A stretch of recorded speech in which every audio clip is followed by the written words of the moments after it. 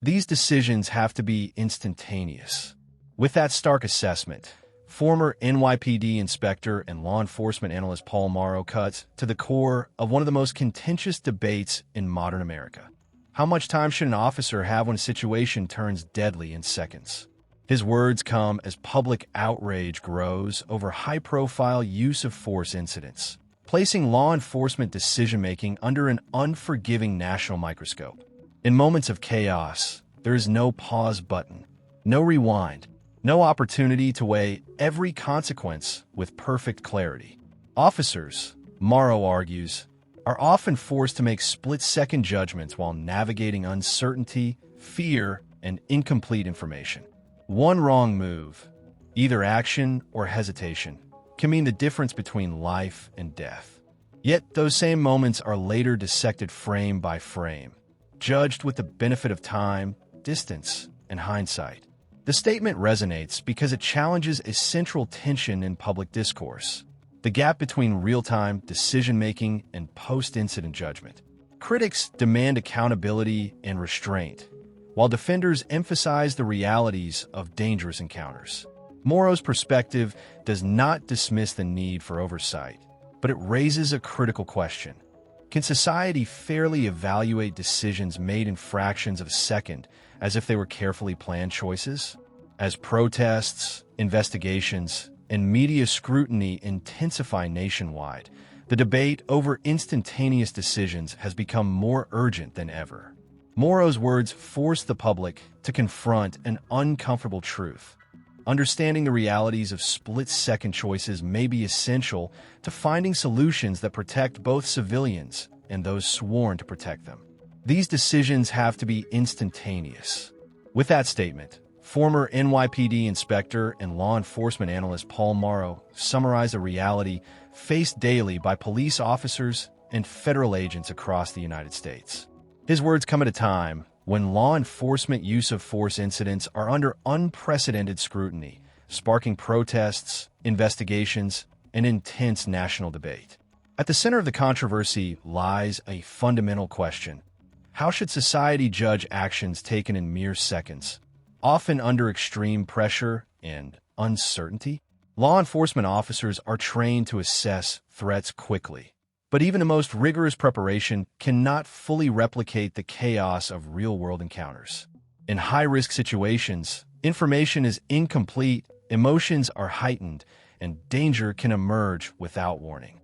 Officers must interpret body language, verbal cues, and environmental factors almost simultaneously. According to Mauro and other experts, hesitation can be just as deadly as an incorrect decision. Yet these instantaneous judgments rarely remain confined to the moment. Once an incident ends, particularly when it involves serious injury or death, it enters a different realm entirely. Video footage, witness testimony, and official reports are analyzed over days, weeks, or months. Each second of action is slowed down, replayed, and debated by investigators, legal experts, media commentators, and the public. The contrast between real-time decision-making and post-incident analysis fuels much of today's tension. Critics argue that the split-second decision defense has too often been used to excuse excessive force. Civil rights advocates stress that speed does not absolve responsibility and that systemic issues, such as training, bias, and departmental culture, play a role in how those decisions unfold. From this perspective, the focus should not only be on what happened in the moment, but on what led up to it. Supporters of law enforcement counter that expecting perfect judgment in chaotic situations is unrealistic. They argue that officers operate in environments where threats are unpredictable and potentially lethal. A movement, a gesture, or a perceived weapon can force an immediate response. Mauro's assertion reflects this view, emphasizing that officers do not have the luxury of prolonged deliberation when lives may be at risk. The rise of body-worn cameras has further complicated the debate. While video footage has increased transparency, it has also reshaped public perception. Cameras capture events from fixed perspective, often without conveying depth, peripheral vision, or the officer's physical and emotional state.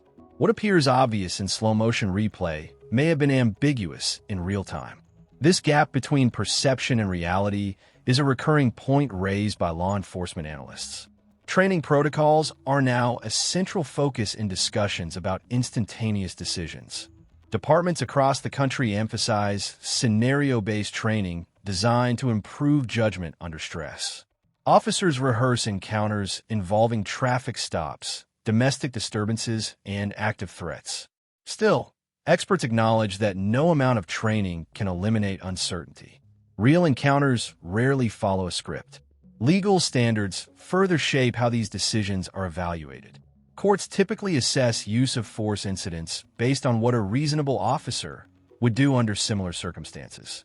This standard recognizes the need for split-second judgments, but leaves room for interpretation. What is considered reasonable can vary widely depending on context, evidence, and public sentiment.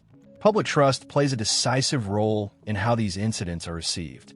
In communities with strained relationships with law enforcement, instantaneous decisions are often viewed through a lens of skepticism.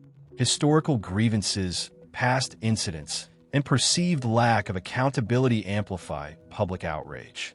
In contrast, communities with stronger trust may be more inclined to accept explanations rooted in the realities of policing. Media coverage also influences perception.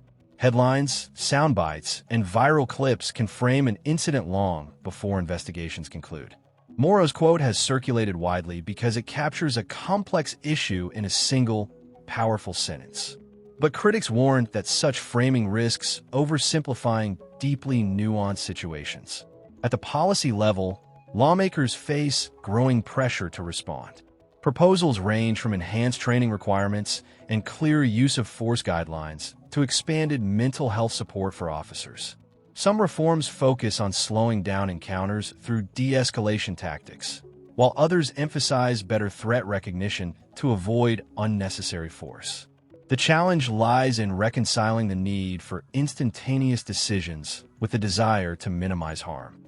For officers on the ground, the stakes are personal.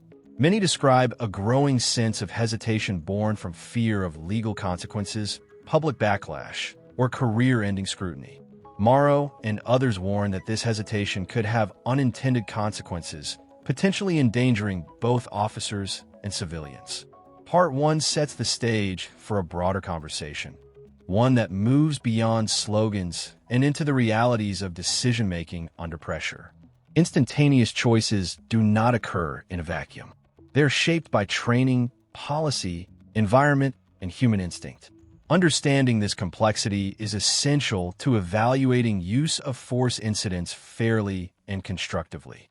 As the nation continues to debate policing, accountability, and reform, Mauro's words serve as a starting point. Not an answer, but a challenge. Can society demand both split-second judgment and flawless outcomes? And if not, how should systems evolve to balance safety, justice, and trust? When Paul Mauro says, "These decisions have to be instantaneous," he is not describing a theory. He is describing a system built around urgency. But instantaneous decisions do not happen by accident. They're the result of years of training, departmental policy, legal precedent, and organizational culture. Part 2 examines how those forces shape what happens in the critical seconds that later dominate headlines and courtrooms. Modern law enforcement training increasingly centers on decision-making under stress. Recruits and veteran officers alike are placed in high-pressure simulations designed to mimic real-world encounters. These scenarios often involve ambiguous threats, rapidly changing information, and emotionally charged interactions.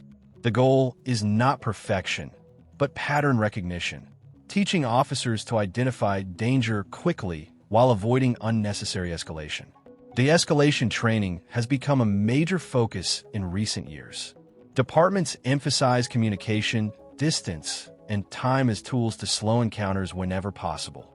However, critics of over-reliance on de-escalation argue that not all situations allow for delay. Mauro and others point out that some threats emerge without warning, leaving no opportunity to negotiate or retreat.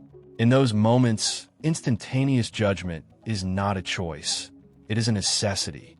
Policy frameworks attempt to guide these split-second decisions. Use of force continuums outline escalating responses based on perceived threat levels. Yet in practice, real-life situations often do not progress neatly through these stages. An encounter can jump from calm to critical in seconds, forcing officers to bypass lower-level options. This disconnect between policy design and field reality is a frequent source of controversy.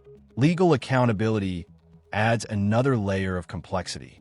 Courts evaluate use of force cases through the lens of reasonableness, considering what a trained officer would do in the same circumstances. This standard acknowledges the need for rapid decision-making, but it does not grant immunity. Each case turns on details, lighting conditions, suspect behavior, officer positioning, that may not be fully captured on video or in reports. Body-worn cameras have transformed accountability, but also exposed limitations. While footage provides valuable evidence, it cannot replicate human perception. Stress narrows vision, distorts time perception, and affects memory. Officers often report that moments felt longer or shorter than they appear on video. These psychological effects complicate investigations and public interpretation. Public reaction to use of force incidents often hinges on trust.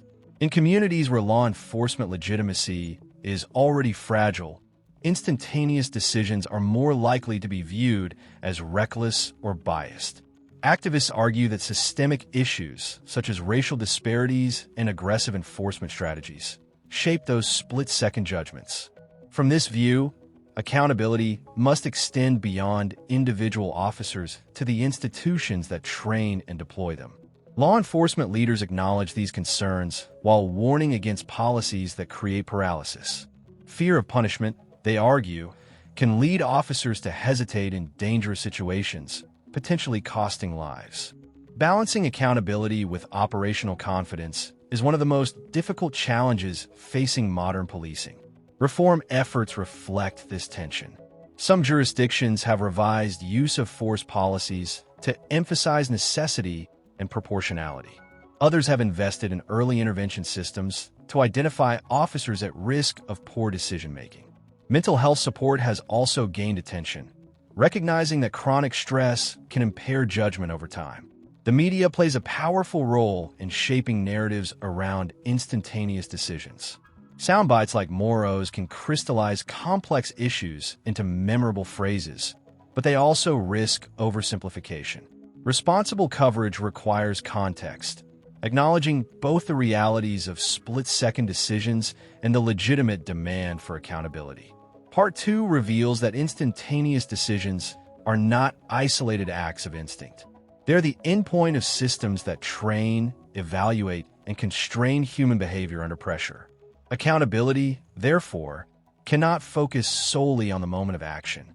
It must also address the structures that define what options are available in that moment. As the debate continues, one truth remains unavoidable. Society expects law enforcement to act decisively in danger, yet restraint is also demanded. Reconciling those expectations requires honest engagement with complexity rather than slogans or absolutes. These decisions have to be instantaneous. By the time Paul Mauro's words reach the public, the moment he is describing is already over. What remains is interpretation, filtered through media, politics, personal experience, and public trust. Part 3 examines how perception, protest, and policy pressure are shaping the future of law enforcement decision-making in America. Public perception has become one of the most powerful forces influencing how split-second decisions are judged. In the age of smartphones and social media, incidents are often seen first through short video clips, stripped of context and circulated within minutes. These clips can mobilize outrage or defense long before investigators establish facts. The speed of information has outpaced the speed of accountability, creating a vacuum filled by speculation and emotion. Protest movements have emerged as a direct response to this gap. Demonstrations following use of force incidents are not only expressions of grief or anger. They're demands for transparency and systemic reform. Activists argue that instantaneous decisions must be understood within broader patterns. Who is most often subjected to force, how frequently lethal outcomes occur, and whether institutions learn from past failures. In this framing, the problem is not a single decision, but a recurring outcome. Law enforcement officials acknowledge that public scrutiny has permanently altered policing. Officers are acutely aware that every action may be recorded, analyzed, and judged by millions. Supporters say this transparency encourages professionalism. Critics warn it also increases hesitation, stress, and burnout. Mauro and others argue that fear of public backlash may lead officers to second-guess themselves in dangerous situations, potentially increasing risk for everyone involved. Policy reform efforts reflect competing pressures. Some jurisdictions have adopted stricter use of force policies, emphasizing preservation of life above all else. Others have expanded crisis intervention teams and alternative response models to reduce armed encounters altogether. These approaches aim to reduce the number of moments where instantaneous lethal decisions are required. Technology is also reshaping the landscape. Advances in non-lethal tools, improved body camera systems, and real-time supervision are designed to support better decision-making. However, technology cannot replace human judgment. In unpredictable environments, officers still rely on instinct shaped by training and experience. Trust remains the defining variable. Communities with confidence in their institutions are more willing to accept that some decisions must be made instantly. Where trust is broken, every split-second judgment is viewed as suspect. Rebuilding that trust requires consistency, transparent investigations, clear communication, and consequences when standards are violated. Education plays a role as well. Experts argue that the public must better understand the realities of stress, perception, and reaction time. At the same time, law enforcement must understand how historical injustice and unequal treatment shape public response. Mutual understanding, though difficult, is essential to progress. As America debates the future of policing, the question is no longer whether instantaneous decisions will occur. They will. The real question is how often they are required, how they are evaluated, and how systems can reduce the likelihood of tragic outcomes. Paul Mauro's statement captures a truth, but not the whole truth.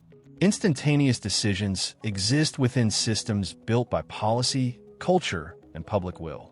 Changing those systems may be the only way to change the outcomes. The future of policing will be defined not by a single moment, but by how society chooses to learn from each one. The debate over split-second decision-making in law enforcement cannot remain trapped between outrage and defensiveness. If these decisions have to be instantaneous, then the systems that shape those moments must be examined just as urgently. Accountability does not begin after an incident. It begins long before it, in training rooms, policy manuals, leadership choices, and public oversight. Now is the time for meaningful engagement, not slogans. Lawmakers must push for transparent use of force standards that reflect real-world conditions while prioritizing the preservation of life. Law enforcement agencies must commit to continuous training, mental health support, and early warning systems that help prevent tragic outcomes before they occur. And federal, state, and local leaders must ensure that investigations into critical incidents are independent, timely, and fully transparent. The public also has a role to play. Staying informed, demanding verified facts, and supporting peaceful civic participation strengthens democracy and accountability. Constructive dialogue, grounded in evidence rather than emotion, is essential to bridging the gap between lived experience and public expectation. This moment calls for balance, protecting communities while recognizing the realities officers face in seconds of chaos. Reform and safety are not opposing goals. They are interconnected responsibilities. What happens next will define public trust, officer confidence, and community safety for years to come. The challenge is clear. The opportunity is now.